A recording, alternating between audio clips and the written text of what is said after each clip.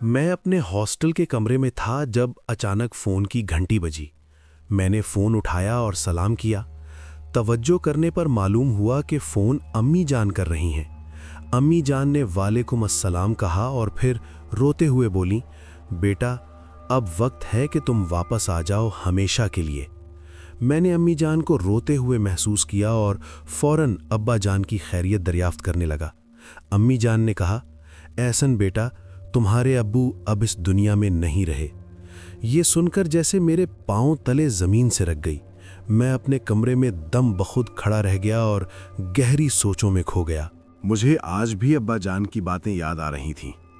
آج ان کے انتقال کی خبر سن کر مجھے اپنی زندگی میں ایک بڑی کمی محسوس ہو رہی تھی۔ میرے والد محترم جناب میاں حکیم احمد صاحب ریٹائرڈ اسکول ٹیچر تھے۔ وہ قدیم علوم کی مدد سے جڑی بوٹیوں کے مرکبات تیار کرتے اور ادویات بناتے تھے۔ لوگوں کی مدد اور خدمت خلق کا جذبہ رکھتے تھے۔ غریب لوگوں کی مفت مدد کرتے، پیسے نہیں لیتے تھے۔ ہماری خاندانی گدی کے وارث بھی تھے۔ لوگ کہتے تھے کہ ان کے پاس پر اسرار علوم میں خاصی مہارت ہے۔ والد محترم دینی علوم میں بھی دسترس رکھتے تھے۔ اکثر علاقے کے علماء کرام ان کے پاس بیٹھک میں آتے جاتے دیکھے جاتے تھے۔ معاشی طور پر ہم آزاد تھے کیونکہ خاندانی زمینوں سے آمدن ہوتی تھی اور والد کی پینشن بھی اچھی تھی۔ اپنے ماں باپ کی اکلوتی اولاد ہونے کی وجہ سے وہ مجھ سے سختی نہیں کرتے تھے۔ لیکن والد محترم کی شدید خواہش کے برعکس میں روحانی دنیا اور اس کے رمز میں بالکل دلچسپی نہیں لیتا تھا۔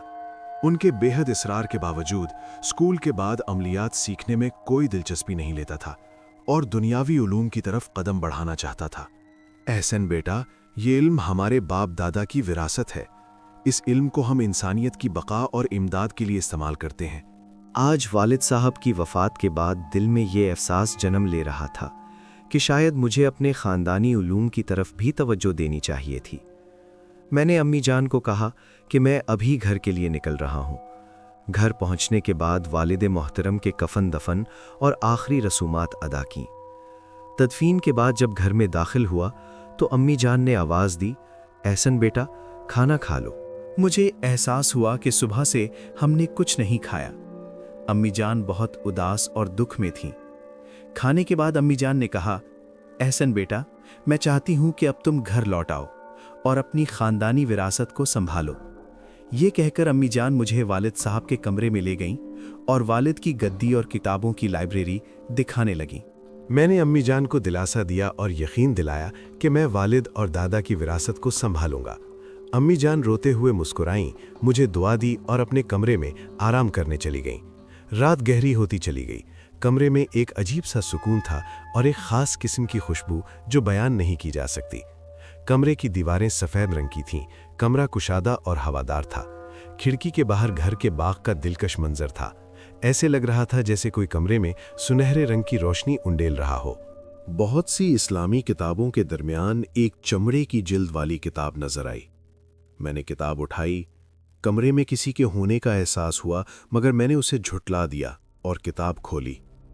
یہ دادا جان اور والد صاحب کے ہاتھ کی لکھی ہوئی ڈائری تھی۔ اس میں خاص وظائف اور عملیات تفصیل سے لکھے تھے۔ اپنے نام کے ساتھ والد کا پیغام ملا، میں چاہتا ہوں کہ تم اپنے آباء و اجداد کی وراثت کے صحیح حقدار بنو اور اس ڈائری میں درج علوم کو حاصل کرو۔ ابھی پڑھ رہا تھا کہ احساس شدت پکڑنے لگا۔ سنہری روشنی سراہی سے اوندھ رہی تھی اور ناقابل بیان خوشبو پھیل رہی تھی۔ خوف کے بجائے تجسس اور سکون تھا۔ میں نے پوچھا، کیا کمرے میں کوئی ہے؟ سنہری روشنی قریب آئی اور ایک دلکش نسوانی آواز آئی، میرا نام مہر ہے، میں میاں حکیم احمد کی موکل ہوں۔ مجھے افسوس ہے کہ وہ اب اس دنیا میں نہیں رہے، آپ میری تعزیت قبول کریں۔ اس نے کہا، میرے ذمے ایک امانت ہے، ایک راز جو تمہیں بتانا چاہتی ہوں۔ اس کا تعلق میاں صاحب کی موت سے ہے۔ میرا ماتھا ٹھنکا، سوچا کہیں موت غیر فطری تو نہیں؟ جادو کی کاٹ اور چلہ کشی کتنی خطرناک ہوتی ہے۔ مہر نے بولا، زامی آفریت۔ میں ہکا بکا ہو کر بولا کہ کیا زامی آفریت؟ مہر دل برداشتہ لہجے میں بولی، ہاں زامی آفریت تمہارے باپ میاں احمد صاحب کا قاتل ہے۔ یہ خبر میرے لیے دھماکے کی طرح تھی۔